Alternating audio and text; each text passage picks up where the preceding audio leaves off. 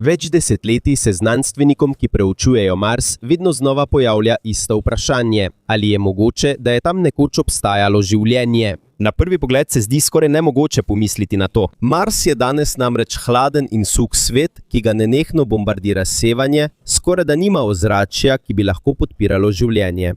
Toda bolj, ko se povečuje število misij, ki jih pošiljamo tja, močnejši so dokazi, da ima ta planet drugačno zgodbo iz preteklosti. Namesto, da bi neposredno iskali bitja ali fosile, znanstveniki sledijo nečemu preprostejšemu – vodi, saj je voda življenje. Zato, če bi lahko dokazali, da je tam v preteklosti res bila voda, ali pa bi našli le sledove reke ali jezera, bi bil to že velik korak pri iskanju odgovora na eno največjih skrivnosti vesolja. Kljub temu je to ena najdaljših znanstvenih preiskav v zgodovini raziskovanja vesolja. In pravzaprav niso ljudje tisti, ki preiskujejo, temveč roboti.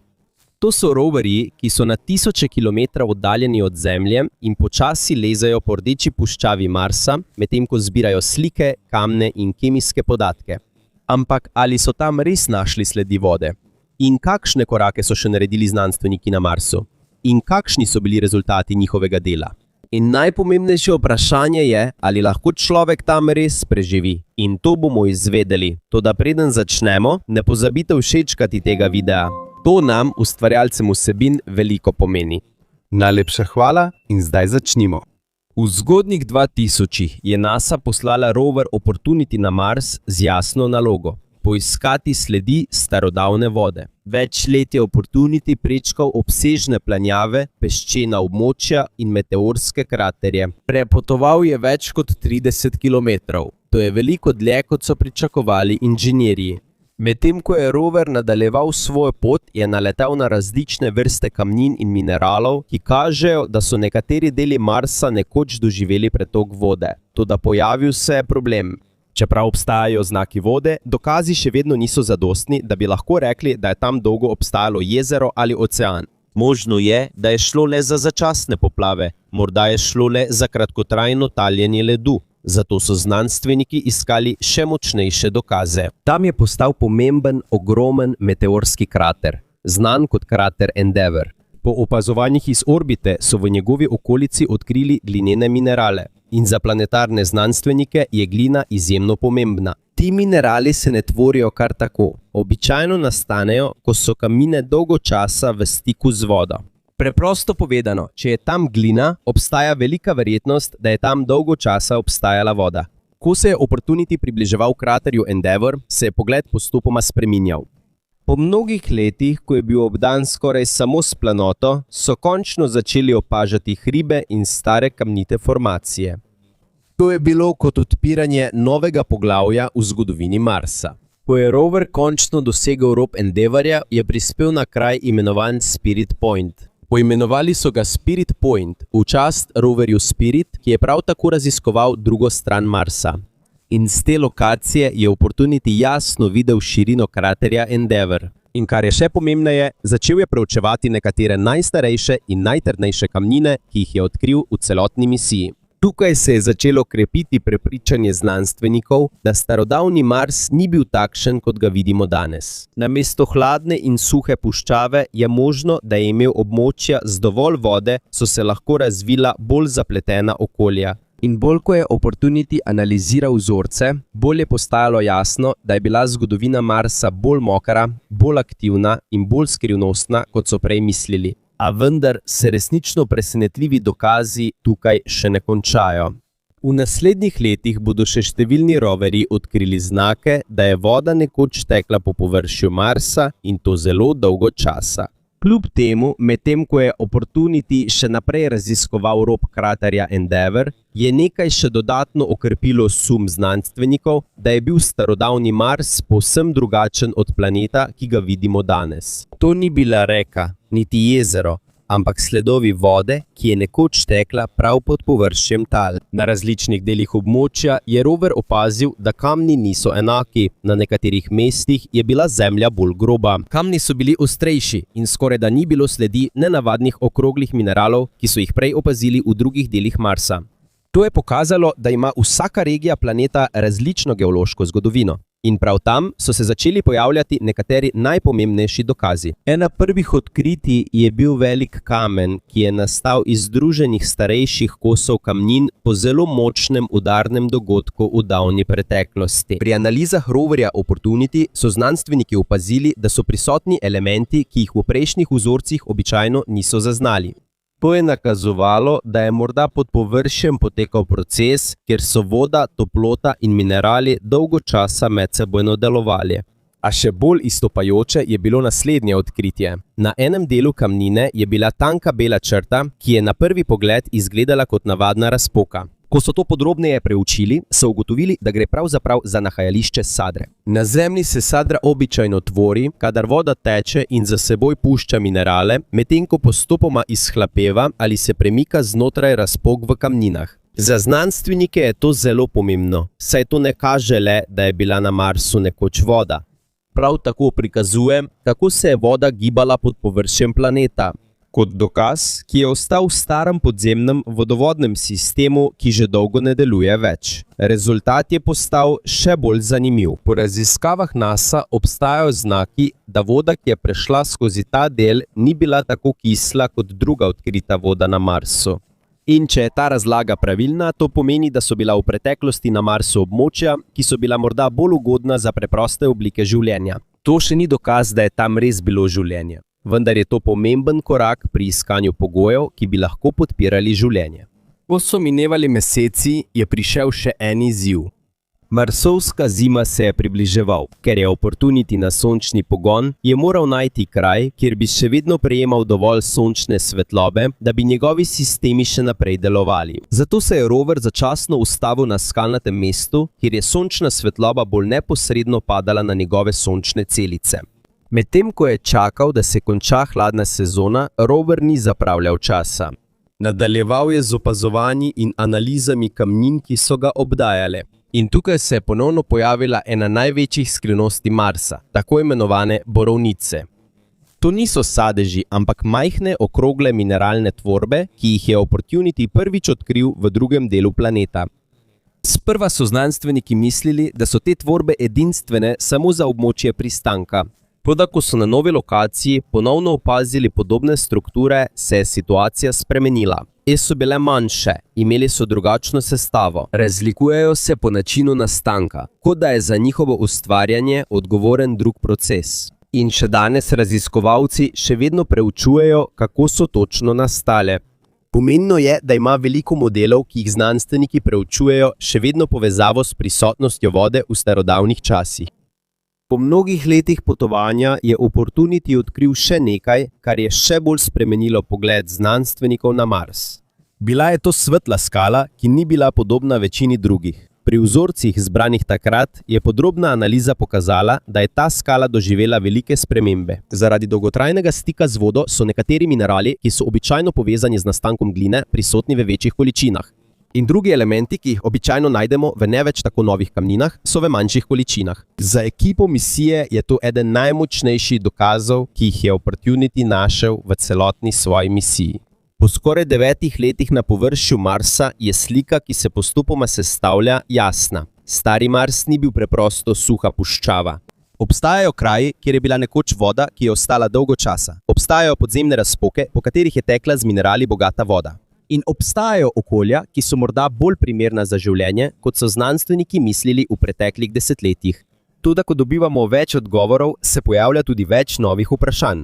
Če so bili takšni kraji na Marsu v preteklosti, kako obsežni so bili? Ali so obstajali starodavni jezera ali delte, ki bi bolj jasno pokazale zgodovino vode na planetu? Da bi odgovorili na to, se je NASA odločila poslati novega raziskovalca v drug del Marsa. Rover z bolj sodobno opremo in bolj ambiciozno misijo. Njegova naslednja destinacija je kraj imenovan Krater jezero, regija, za katero verjamejo, da je bila nekoč dom starodavnega jezera pred milijardami let. Na tej točki raziskovanja Marsa vprašanje ni več, ali je tam nekoč bila voda, znanstveniki zdaj poskušajo odgovoriti na še večje vprašanje. Če je tam res bila voda, ali je bilo dovolj, da bi omogočila nastanek življenja? Da bi to ugotovili, morajo poiskati kraje, ki so dolgo ostali mokri in imeli stabilno okolje. Ne tistih krajev, ki so bili le enkrat poplavljeni in hitro izsušeni.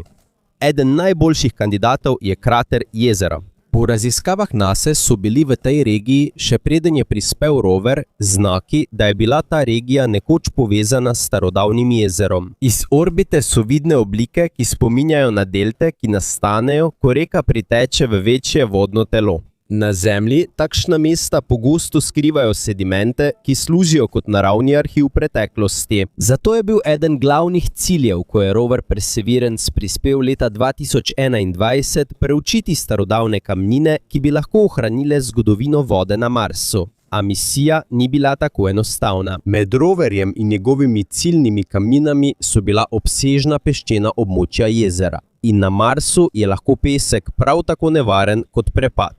Številni znanstveniki se še vedno spomnijo, kaj se je zgodilo s Spirit roverjem leta 2009, ko se je dokončno zataknil v mehki zemlji in se ni nikoli več premaknil. Tega si ne želijo ponoviti. Zato so, preden je Perseverance napredoval, najprej poslali njegovega majhnega spremljevalnega helikopterja, Ingenuityja.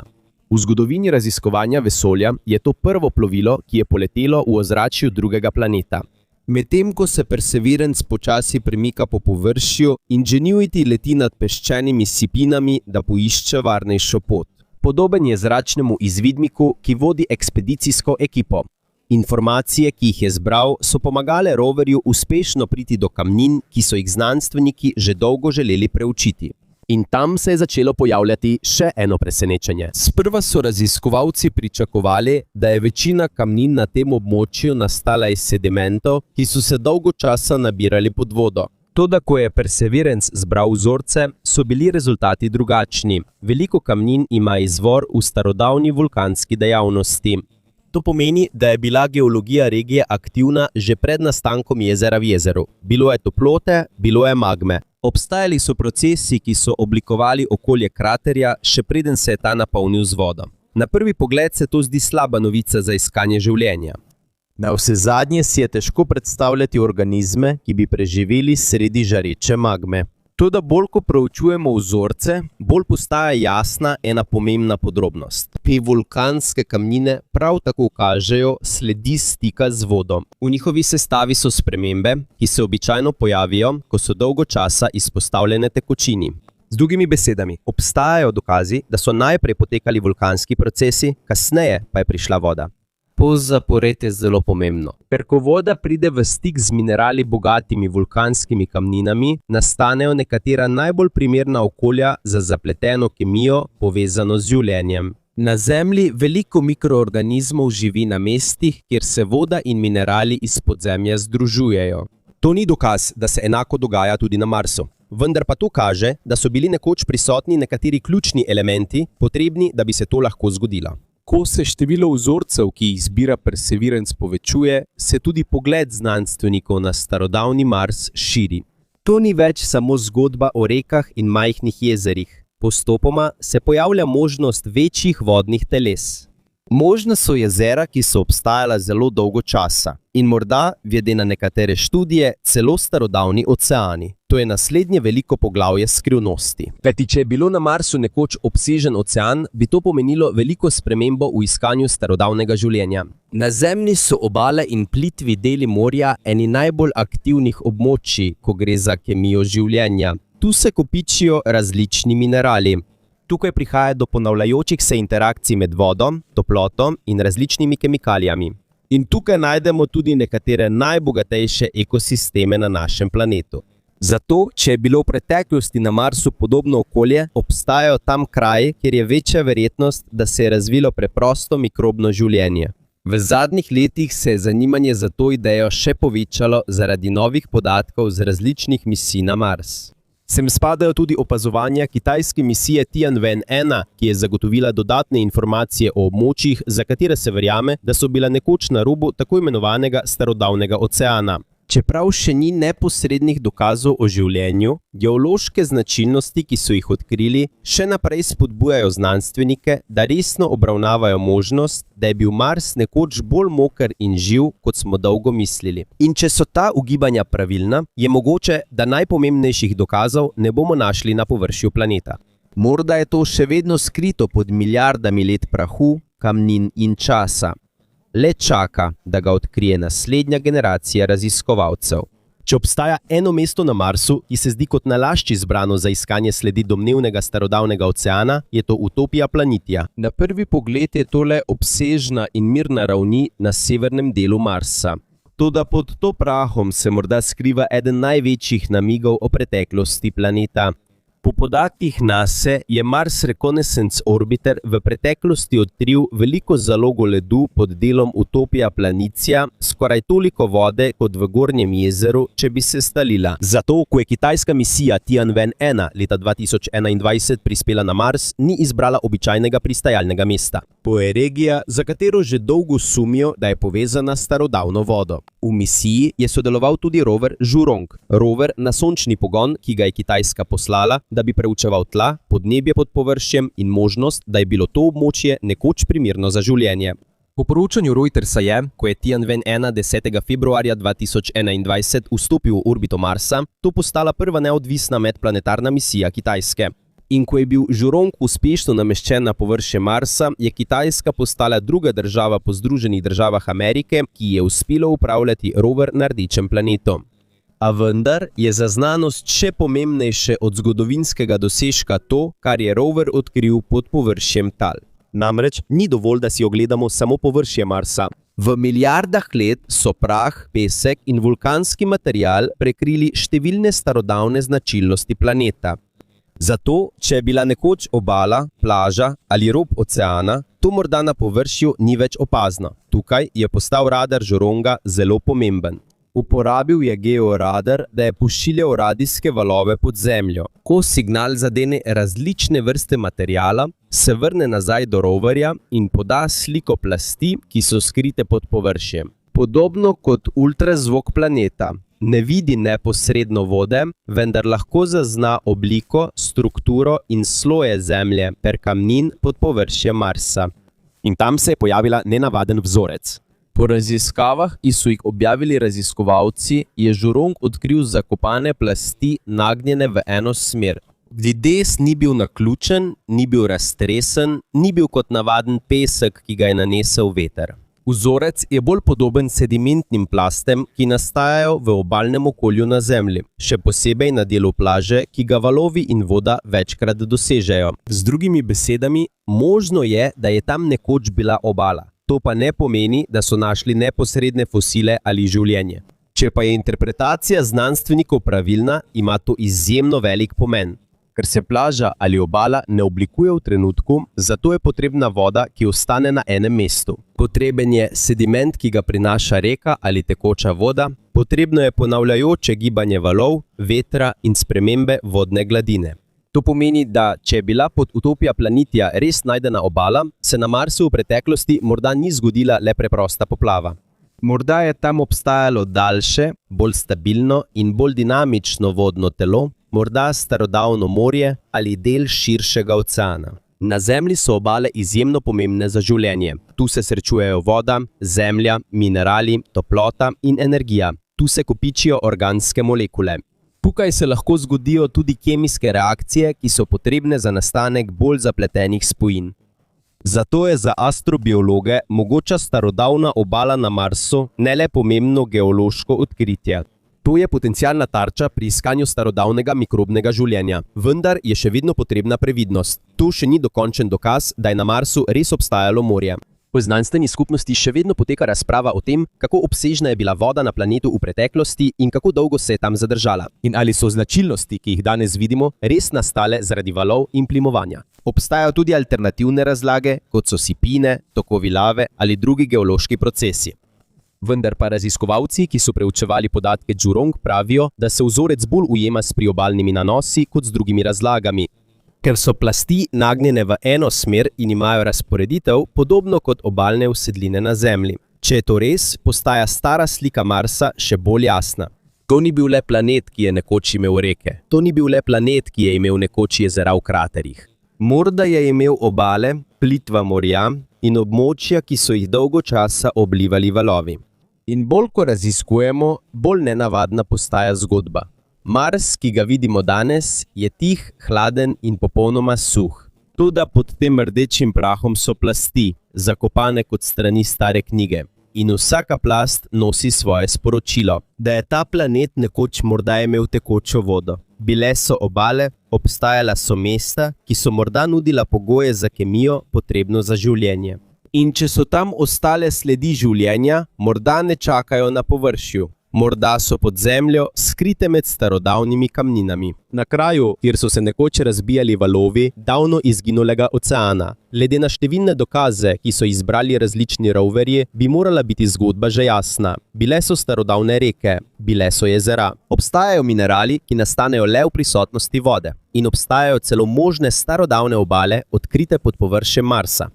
Toda je tu ena težava. Ena zelo velika težava. Če je bilo na Marsu res toliko vode, zakaj to po izračunih znanstvenikov ne bi smelo biti mogoče? Tu nastopi ena največjih skrivnosti planetarne znanosti. Tako imenovani paradoks šibkega mladega Sonca. Po modelih zvezdnega razvoja je bilo pred približno 3,5 milijardami let Sonce šibkejše in je oddajalo manj svetlobe ter toplote kot danes. In ker je Mars bolj oddaljen od Sonca kot Zemlja, je še težje razložiti, kako je voda na njegovi površini ostala v tekočem stanju. Preprosto povedano, toplote ni bilo dovolj, da bi nastala jezera in oceani. Če pa je tako, zakaj potem obstaja toliko dokazov, da je tam res bila voda? To je uganka, na katero raziskovalci že desetletja poskušajo najti odgovor.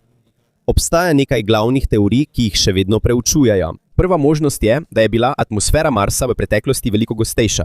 Če je imel starodavni Mars več toplogrednih plinov, bi lahko atmosfera zadržala dovolj toplote, da bi voda ostala tekoča dalj časa. Na Zemlji je enako načelo razlog, zakaj ostaja naš planet dovolj topel, da podpira življenje. Toda ta teorija ima tudi svojo težavo. Po številnih podnebnih simulacijah samo ogljikov dioksid ni dovolj, da bi dosegli raven segrevanja, potrebno za razlago vseh opaženih dokazov o vodi. Zato nekateri znanstveniki iščejo druge možne kombinacije plinov, ki bi lahko v preteklosti pomagale pri segrevanju Marsa. Obstaja še ena razlaga, da morda ni šlo za stalno toplo podnebje, temveč je Mars lahko prešel skozi serijo kratkih obdobij segrevanja. Na primer, ko pride do velikih vulkanskih izbruhov ali močnih trkov asteroidov, se lahko temperatura začasno dvigne, led se stopi, voda steče in oblikujejo se nekatere geološke značilnosti, ki jih danes vidimo. Vendar pa znanstveniki še vedno niso prepričani, ali so bila ta kratkotrajna obdobja segrevanja dovolj, da bi pojasnila obseg erozije in usedlin na planetu. Obstaja tudi tretja možnost, da je bil Mars večji del svoje zgodovine zamrznjen svet, planet, kjer prevladujeta sneg in led. In le občasno so nastopili pogoji, ki so omogočili taljenje. V tem modelu Mars ni trajno topel, temveč ima le obdobja, ko voda ponovno teče, preden ponovno zmrzne. Za zdaj še ni teorije, ki bi lahko v celoti odgovorila na vsa vprašanja in prav zato še naprej preučujemo vsak nov vzorec in vsak nov podatek z Marsa. Pogovor je postal še bolj zanimiv, potem ko je bilo objavljenih nekaj novih analiz kamnin in glinenih usedlin, jih preučuje rover Perseverance. Obstajajo namigi, da so nekatere geološke formacije morda nastale ob prisotnosti dolgotrajnega in ponavljajočega se deževja. Če bodo to potrdile še prihodnje raziskave, bi to lahko pomagalo pri razumevanju, kako moker je bil starodavni Mars. Vendar v znanosti en sam dokaz ni dovolj. Potrebujemo več podatkov, več vzorcev in več analiz. Zato so kamnine, ki jih trenutno zbira Perseverance, izjemno pomembne. Vsaka cevka z vzorcem je kot časovna kapsula. Vsebuje informacije o podnebju, vodi in geološki zgodovini Marsa. Teh podatkov ne moremo izvedeti samo s pomočjo slik. Dolga leta NASA in njene partnerske agencije načrtujejo, da bodo nekatere od teh vzorcev vrnile na Zemljo za podrobnejšo laboratorijsko analizo. Toda, tako kot številni veliki vesoljski projekti, se je tudi ta program soočil z različnimi izzivi glede proračuna, stroškov in časovnega razporeda. Zato do danes še vedno veliko pomembnih vzorcev ostaja na površju Marsa. Milijone kilometrov stran od laboratorijev, ki bi te vzorce lahko podrobneje preučili. In jih lahko podrobneje preučimo. Medtem se je končalo tudi aktivno delovanje roverja Zhurong, potem ko je prenehal s komunikacijo po več kot enem letu zbiranja podatkov. Čeprav se ni več prebudil, je veliko prispeval k našemu razumevanju starodavne zgodovine Marsa. In medtem ko se zbirka dokazov iz Opportunityja, Perseveranca, Zhuronga in drugih misij širi, se postopoma oblikuje ena slika. Ne gledamo na planet, ki je bil vedno sušna puščava. Namesto tega morda gledamo na ostanke sveta, ki je nekoč imel reke, jezera in morda celo obsežna morja. Svet, ki se je skozi milijone let močno spremenil. Največje vprašanje zdaj ni več, ali je bila na Marsu nekoč voda, ampak kaj se je z njo zgodilo. Kam je izginilo toliko vode? Zakaj je izginilo okolje, ki bi lahko podpiralo tekočo vodo? In kar je najpomembneje, če je na starodavnih obalah, jezerih ali pod površjem Marsa nastalo življenje, ali obstajajo še kakšne sledi tega, ki čakajo, da jih odkrije naslednja generacija raziskovalcev. Za zdaj še nimamo dokončnega odgovora. Toda z vsakim novim roverjem, vsakim novim vzorcem in vsako novo misijo smo bližje temu, da razrešimo eno največjih skrivnosti v celotnem Osončju.